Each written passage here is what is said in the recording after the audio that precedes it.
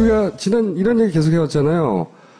투표하는 곳에서 개표해야 한다고. 이런 선거 부정 다 없애버리려면 그럼 간단하다고. 그걸 처음으로 주장하신 송영길 의원 나오셨습니다. 이분이 변기 정국을 열었어요. 갑자기 변기 얘기를 꺼내가지고. 그 변기 얘기를 왜 갑자기 꺼내신 겁니까, 그때? 민주정편이 막 이제 한다 그러니까 갑자기 생각이 났습니다. 민주당에서 무슨 자기들끼리 민주정편이라고. 자기들이 만들어서 미주종편이라고 이름을 붙인. 네, 아무도 보지 않는 거 있어요. 종일 편파방송 하겠다고 네. 만들었어요. 근데 거기서 이제 아이템으로 얘기하신 거예요, 그냥.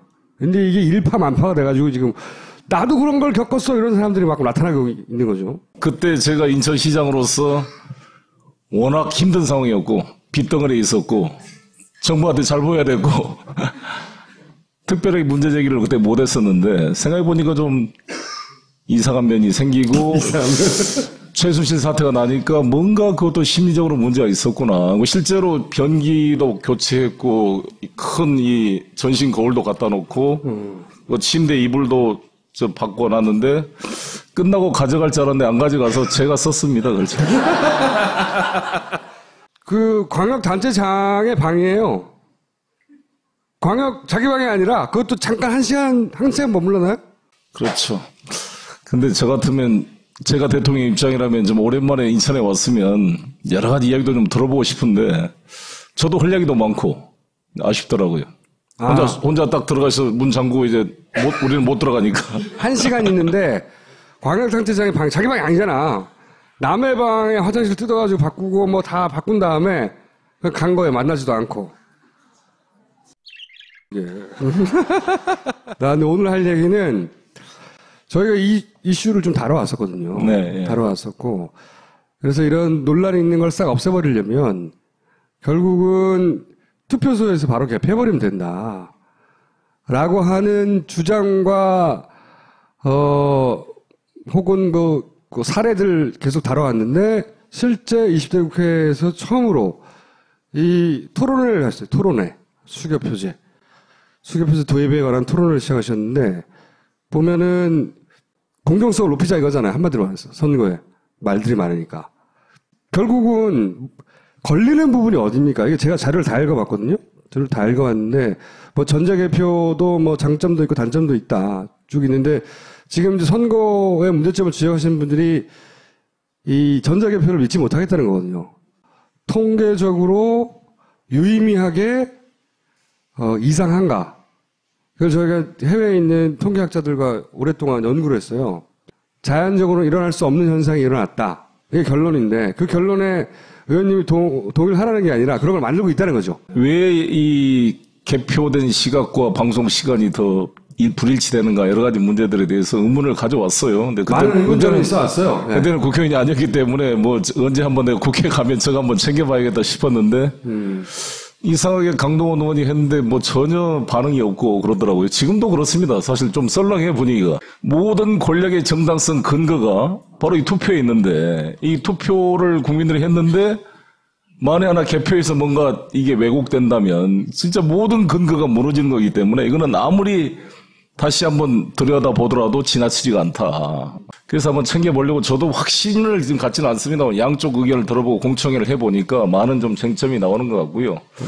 오늘 아침에도 제가 이제 파파이스 나오기 전에 좀 보려고 선관위 관계자들 불러서 또 한번 쭉 내가 의문점을 지적하고 그쪽 해명을 들어보고 내가 또 이건 이해가 안 된다 또 반박을 해보고 이렇게 해보고 왔습니다. 우리가 13,000개 정도의 투표소가 있습니다. 전국에. 그걸 252군데로 집중 모아서 집중 개표를 하는 시스템을 우리나라 지금 투표가 운영되고 있는데 이송 과정에서 문제가 발생하지 않을까 이런 면이 있고 아까 김원준 씨 말씀대로 이게 모아놓으면 일단 수개표를 한 다음에 수개표 결과를 확인하는 차원에서 전자개표 기계 장치를 이용해야 되는데 이게 선수가 바뀌어서 기계로 먼저 한 것을 나중에 수동으로 확인하기니까 귀찮아지고 또 이게 생략되는 경우가 많이 발생할 수 있고 개표 묶음을 일일이 다 확인하지 않은 상태에 넘어갈 개연성이 있기 때문에 투표소에서 바로 개표를 하게 되면 13,000개면 한 투표소당 대략 한 4,000에서 5,000명 정도 유권자가 되는데 투표율을 70%로 계산하면 한 2,000에서 3,000표 정도가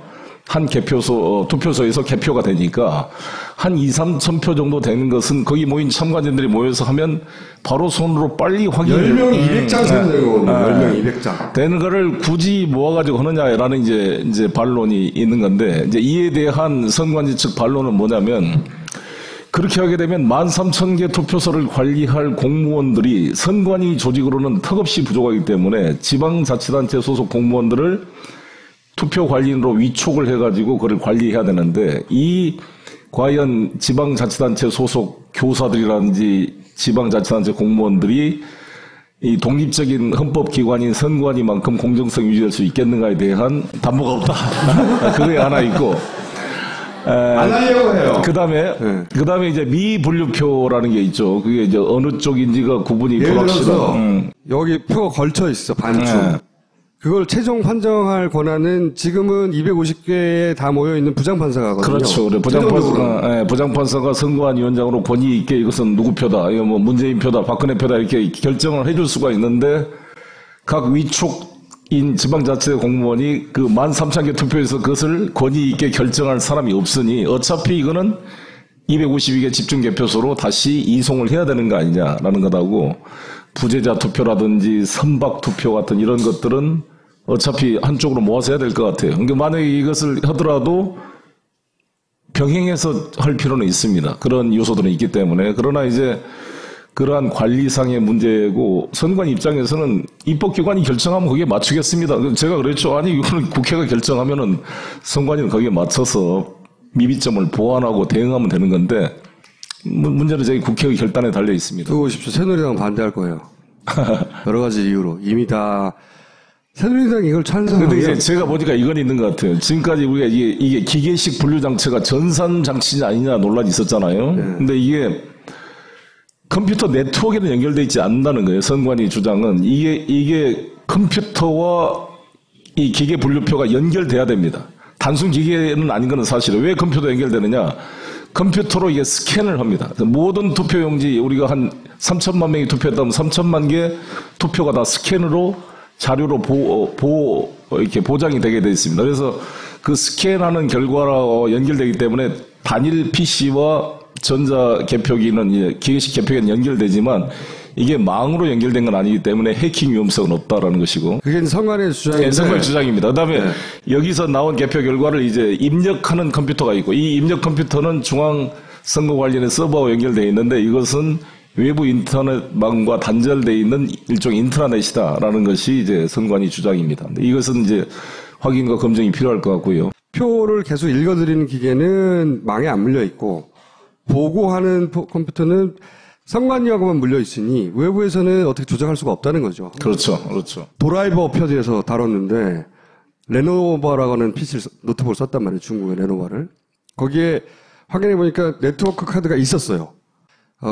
그 스펙에는, 주문 스펙에는 네트워크를 제거하고 납품하도록 되어 있는데 제거되지 않은 채 납품이 됐어요. 그러면 결격 사유잖아요. 제거하라고 해야 되는데 그걸 그냥 써요. 쓰는 대신에 PC를 시작할 때 바이오스라고 이제 전체적 세팅하는 게 있는데 거기서 네트워크를 사용하지 않음을 선택해서 소프트웨어적으로 제거했다는 거예요. 그것은 단순히 아주 쉬운 프로그램 조작으로 그렇게 꺼놨지만 실제로는 켜진 상태로 유지할 수 있다라는 엔지니어들의 문제 제기가 있었고, 하드웨어적으로 제거하면 될 걸 왜 안 했냐라고 의혹을 사게. 힐러리하고 트럼프가 선거를 했는데 힐러리가 거의 한 300만 표 정도를 이긴 거냐. 약 300만 표를 이겼는데 아무튼 대의원 선거에서 230대 한 306인가요? 뭐 이렇게 졌는데. 근데 이제 러시아 해킹 의혹이 나왔고 CIA가 그걸 발표했고 오바마 대통령도 러시아에 대해 경고를 하고 이런 상황이 발생해서 제가 생각할 때는 선관위 직원들이 무슨 최순실이 수하도 아니고 자기가 뭐 감옥에 갈 각오로 이것을 특정 후보 편에 서서 이걸 부정행위를 했을까라고 쉽게 잘 생각이 안 되는데. 저도 그건 아닌 것 같고. 그러면 제3의 고도의 지능적인 집단이 뭔가를 해킹했거나 선관위 직원도 모르게 그렇죠. 뭐 임대 서버에 뭘 했다든지 아니면 미리 컴퓨터를 다 빌려서 썼으니까. 그래서 지금 문제가 된 게 왜 개표 시간과 이 발표 시간, 선관위 발표 시간이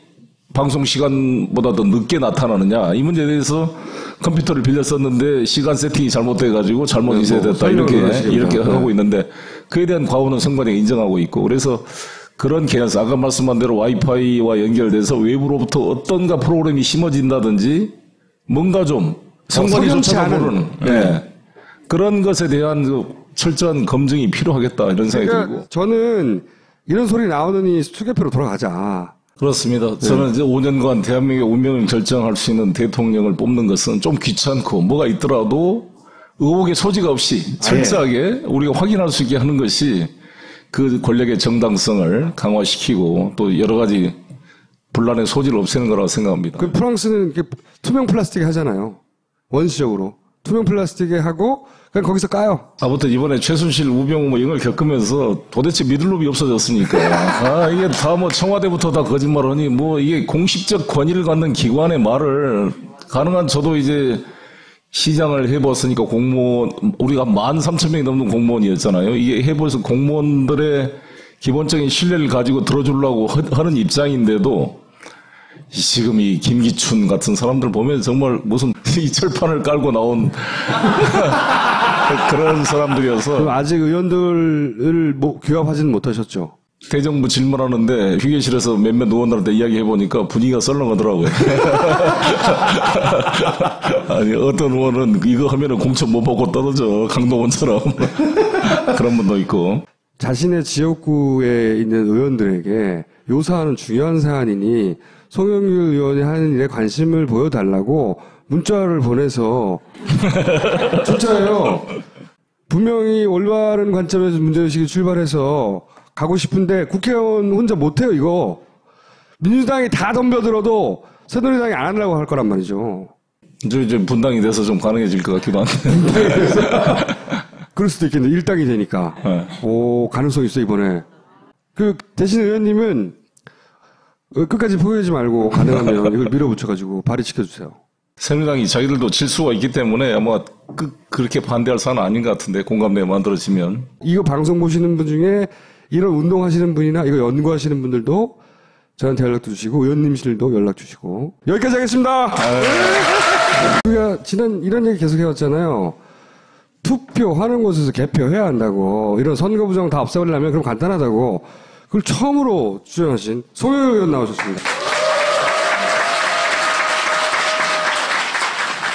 이분이 변기 정국을 열었어요. 갑자기 변기 얘기를 꺼내가지고. 그 변기 얘기를 왜 갑자기 꺼내신 겁니까, 그때? 민주정편이 막 이제 한다 그러니까 갑자기 생각이 났습니다. 민주당에서 무슨 자기들끼리 미주정편이라고. 자기들이 만들어서 미주종편이라고 이름을 붙인. 네, 아무도 보지 않는 거 있어요. 종일 편파방송 하겠다고 네. 만들었어요. 근데 거기서 이제 아이템으로 얘기하신 거예요, 그냥. 근데 이게 일파만파가 돼가지고 지금 나도 그런 걸 겪었어 이런 사람들이 막 나타나고 있는 거죠. 그때 제가 인천시장으로서 워낙 힘든 상황이었고 빚덩어리에 있었고 정부한테 잘 보여야 되고 특별하게 문제 제기를 그때 못했었는데 생각해보니까 좀 이상한 면이 생기고 최순실 사태가 나니까 뭔가 그것도 심리적으로 문제가 있었구나. 실제로 변기도 교체했고 큰 이 전신 거울도 갖다 놓고 침대 이불도 바꿔놨는데 끝나고 가져갈 줄 알았는데 안 가져가서 제가 썼습니다. 그렇죠. 그 광역단체장의 방이에요. 자기 방이 아니라 그것도 잠깐 한 시간 머물러나요? 그렇죠. 근데 저 같으면 제가 대통령 입장이라면 좀 오랜만에 인천에 왔으면 여러 가지 이야기도 좀 들어보고 싶은데 저도 할 이야기도 많고 아쉽더라고요. 혼자 딱 들어가서 문 잠그고 이제 우리는 못 들어가니까. 한 시간 있는데 광역단체장의 방 자기 방이 아니잖아. 남의 방에 화장실 뜯어가지고 바꾸고 뭐 다 바꾼 다음에 간 거예요. 만나지도 않고. 예. 나는 오늘 할 얘기는 저희가 이 이슈를 좀 다뤄왔었거든요. 네, 예. 다뤄왔었고. 그래서 이런 논란이 있는 걸 싹 없애버리려면 결국은 투표소에서 바로 개표해버리면 된다. 라고 하는 주장과, 혹은 그 사례들 계속 다뤄왔는데 실제 20대 국회에서 처음으로 이 토론회를 했어요. 토론회. 수교표제 도입에 관한 토론을 시작하셨는데 보면은 공정성을 높이자 이거잖아요. 한마디로 말해서. 선거에. 말들이 많으니까. 결국은 걸리는 부분이 어딥니까? 이게 제가 자료를 다 읽어봤거든요. 저를 다 읽었는데. 근데 이 투표를 국민들이 했는데 만에 하나 개표에서 뭔가 이게 왜곡된다면 진짜 모든 근거가 무너지는 거기 때문에 이거는 아무리 다시 한번 들여다보더라도 지나치지가 않다. 그래서 한번 챙겨보려고 저도 확신을 지금 갖지는 않습니다. 양쪽 의견을 들어보고 공청회를 해보니까 많은 좀 쟁점이 나오는 것 같고요. 오늘 아침에도 제가 이제 파파이스 나오기 전에 좀 보려고 선관위 관계자들 불러서 또 한번 쭉 내가 의문점을 지적하고 그쪽 해명을 들어보고 내가 또 이건 이해가 안 된다 또 반박을 해보고 이렇게 해보고 왔습니다. 우리가 13,000개 정도의 투표소가 있습니다. 전국에. 그걸 252군데로 집중 모아서 집중 개표를 하는 시스템을 우리나라 지금 투표가 운영되고 있는데 이송 과정에서 문제가 발생하지 않을까 이런 면이 있고 아까 김원준 씨 말씀대로 이게 모아놓으면 일단 수개표를 한 다음에 근데 뭐 전자개표도 뭐 장점도 있고 단점도 있다 쭉 있는데 지금 이제 선거의 문제점을 지적하시는 분들이 이 전자개표를 믿지 못하겠다는 거거든요. 통계적으로 유의미하게 이상한가? 그래서 저희가 해외에 있는 통계학자들과 오랫동안 연구를 했어요.